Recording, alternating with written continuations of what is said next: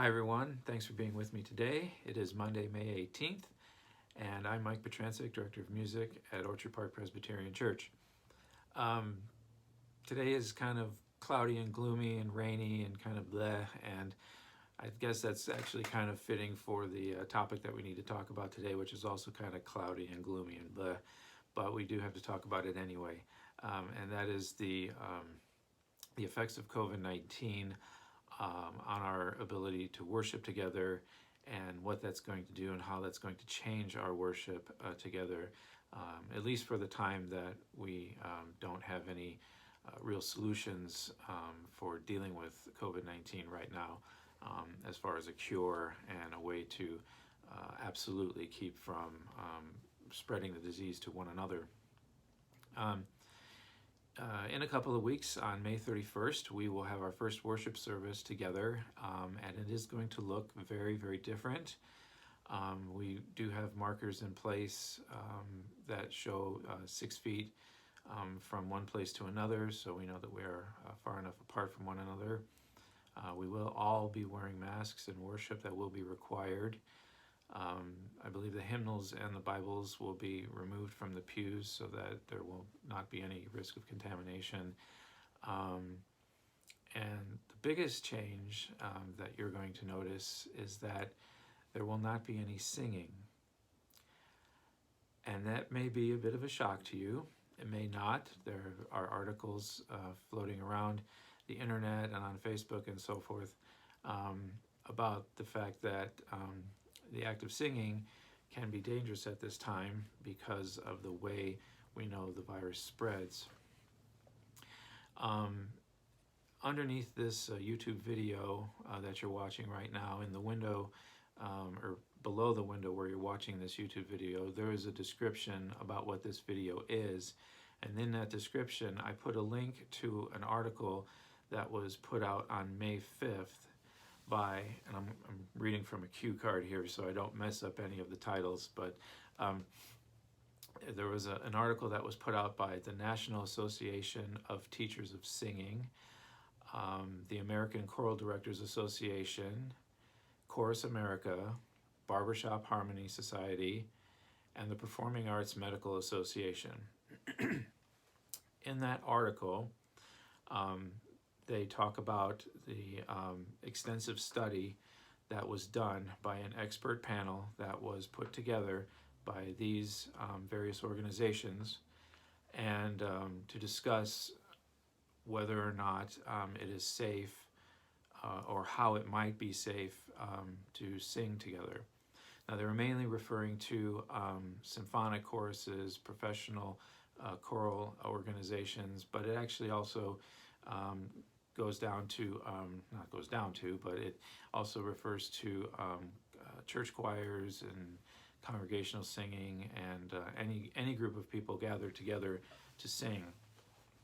One of the persons that was on the, by the way, in that article, that the link that I posted with this YouTube video, within that article there is another link where you can watch the 2.5 hour long panel discussion with all of the experts that were gathered to do research on this subject of the possibility of spreading COVID-19 through singing.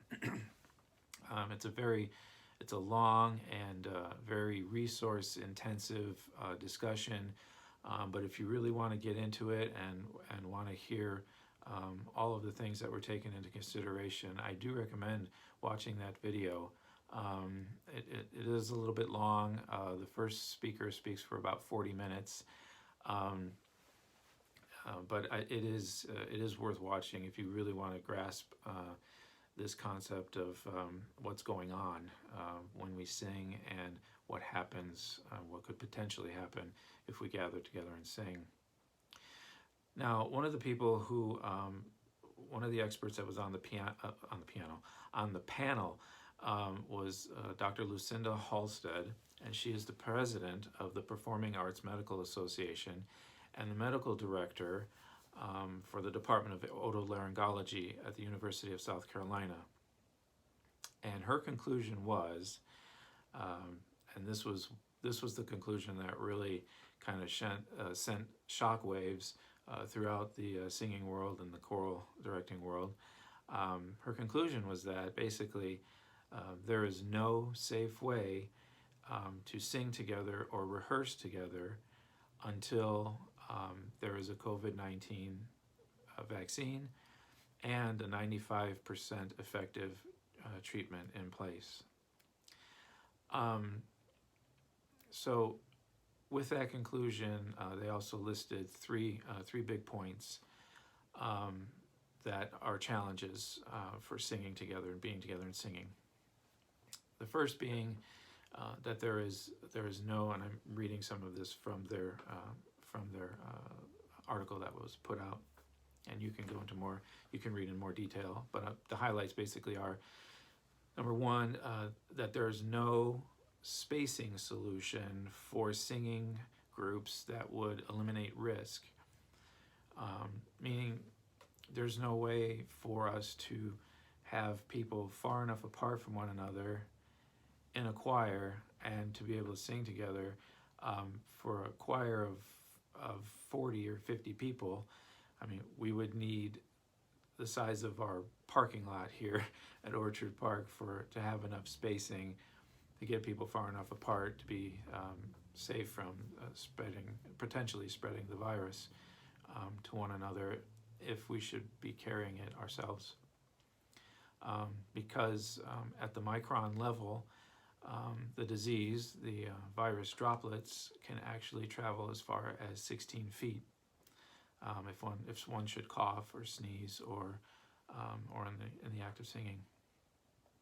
Number two, masks. Even if we wear masks together and try to sing, that poses other problems because with a mask on, if most of you have been wearing them for a while by now, you've probably noticed that they're kind of hot, they get uncomfortable, but in the scientific realm of things, they decrease oxygen level and they increase the level of carbon dioxide the longer you wear the mask, and that could pose a real threat and a real health risk to people who have respiratory problems like asthma and so forth. So wearing masks while singing is really not an effective method for keeping everybody safe.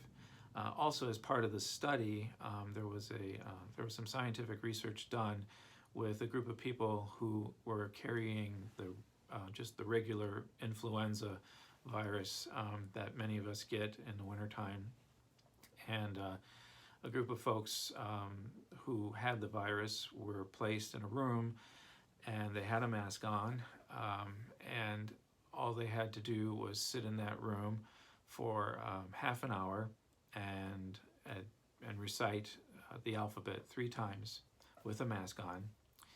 And those persons who had the flu with the mask on, sitting in a room, it was discovered that the virus droplets were still present in the aerosol that was in the room. And so even with masks, we know that some of virus droplets can still escape and still get out. The risks are lowered for sure by keeping those masks on, but it can still get out there.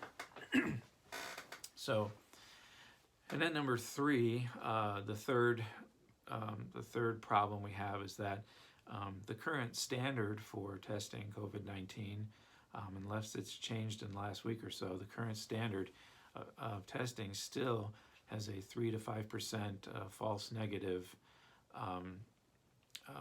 result, meaning that if you test 100 people, 3 to 5 may test negative, but they actually do have the virus. So that's not, so testing people and doing the rapid test, there are some rapid tests, I guess, being developed or have already been developed. They're simply just not as sensitive as the more invasive, I guess, tests that they do. And so it's just not practical to see that we could even do rapid testing and fever testing and all of that for people to be together to sing. So what does that mean? Um, that means that for a while, for a time, while we have worship in our sanctuary here at Orchard Park, um, we will not be able to sing together because of this risk, and that really stinks. Let's just call it what it is. I mean, it really stinks, and it's very saddening, because I know certainly for the choir and for a lot of you that sit in the congregation, singing hymns and just singing together is a very joyful part of our worship service, and it's not going to be there for a while. So, from my perspective and from my point of view, what does that mean for me? It means that I have to continue to be creative. Over the past, I don't know how long has it been, 6-7 weeks since we haven't worshipped. I've forgotten how many weeks it's been. I have had to come up with ways to be creative and find ways to continue to have music in our worship when we cannot sing together or be together. What you're going to start seeing a lot more of as I continue to learn the technique and to perfect, well, not perfect, but just to improve my ability to utilize video and audio software, you're going to see some more split screen projects. That is the method of putting multiple people on a screen singing together a song or a hymn or an anthem or what have you. I started working with the band many weeks ago, having them come in and record their parts individually, and then compiling that together into one screen, showing them in several different boxes on the screen. And I also did a similar project with quartet singing Psalm 23. Now I believe that I'm ready to tackle the next project, which is virtual choir. Until we're able to be together and sing live, what I'm asking the choir members to do, and for that matter, what I'm asking you to do, is to consider being part of the Orchard Park Sanctuary Virtual Choir. Now, it's going to be a little clumsy at first. It may not look or sound spectacular. It will be good, but this project is going to involve basically me and any singers out there who want to be part of this project to do two things. Number one, they're going to need to have a computer or any device that can display a video that I will send out, which has a track of music and some music to look at, which they will sing to sing their parts of either an anthem or a piece of service music. And the way you do this and the way you record these individual recordings is you, the singer, or you, the part of the virtual choir, you will have your device with the file that's playing the accompaniment or playing the accompaniment and your part with somebody else singing it. And then you will take a set of earbuds and you'll put one earbud in one of your ears. You can use two of them if you want to, but sometimes it's a little easier to just have one in. And as you're watching this video and you're listening to the music and you're seeing your part that you should sing, in your other hand, or if you have one of those nifty little stands like I'm using now that can hold your phone and point it at your face, you will shoot a video of yourself listening to the accompaniment track with your part emphasized, and you just sing your part while looking into your phone, and you make a little video of yourself and your beautiful smiling face as you record your part. And then when that's finished, you will send that little video to me, probably by means of using Dropbox. And when we get to that point, I'll explain how that part works. But basically, you're going to take the video off of your phone and you're going to send it to me electronically, and then I will receive it and and I will get all of these different videos together, and I will put them in sections. So I'll have all my soprano videos, my alto videos, tenor videos, basses, and so forth. I will mix those different parts together, and then I will create an audio track of everyone singing. So it basically is going to sound just like you all singing together as a choir. And I will take all of your individual videos, because what we've learned over the past month or so is that the congregation or you out there really like to see people's faces singing and performing the act of singing and making music. And so that's why I'm working really hard to try to make that happen. And so what I'm asking again, if all the choir members would consider buying into this idea and trying it out, and also those of you who have not been able to be in choir but have either thought about it or want to try one of these projects out, by all means, please contact me, email me, and say, hey, I'd like to be part of this, and we'll get you in to the virtual choir. It's gonna, like I said, it's not gonna be easy at first. It'll be a little clumsy. We'll probably have technical difficulties. We'll probably have issues with where do I start the recording? How do I stop the recording? How do I hear the recording track again? I promise you that I will do my best. I was about to say I will absolutely solve those problems, but we know that some problems cannot always be solved. But I will do my best to make sure that we solve any technical problems that you are having to be part of virtual choir. And again, I'm going to try to make it as easy as possible, so that as I'm thinking this through, the method that I have in mind is that, again, you'll have a video to watch, you'll listen to that video in your ears so nobody else hears it, and you will sing and look into your phone and sing your part into your phone, and then you'll send me that video, and then I will put all those videos together to make us a choir. One of the things I want to point out is that I know it's a little weird singing into a phone, and it's a little weird for me to actually be sitting here and talking to my phone, knowing that you're going to probably hear and watch this later on, sometime today or maybe later this week, I don't know. But you get used to it after a while, and it's not so weird. But I should also point out that a lot of times I know that people enjoy singing in choirs because we have a lot of people around us, and so we blend with other people. And everybody, I don't care who you are, I don't care if you have a degree in singing or many degrees in singing, everyone is self-conscious of their voice and hearing themselves sing or having others hear them sing.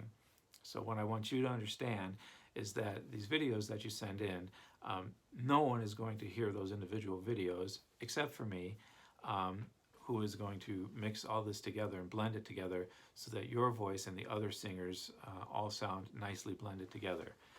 So that's not shared with anybody else. And once I do all of that, those individual videos get thrown in the trash, mainly because they take up a whole lot of space and my devices cannot hold all of these videos all at once. So as they come in, I have to process them quickly and then get rid of them so that I have enough space to work. So that's what we're going to be seeing for a little while.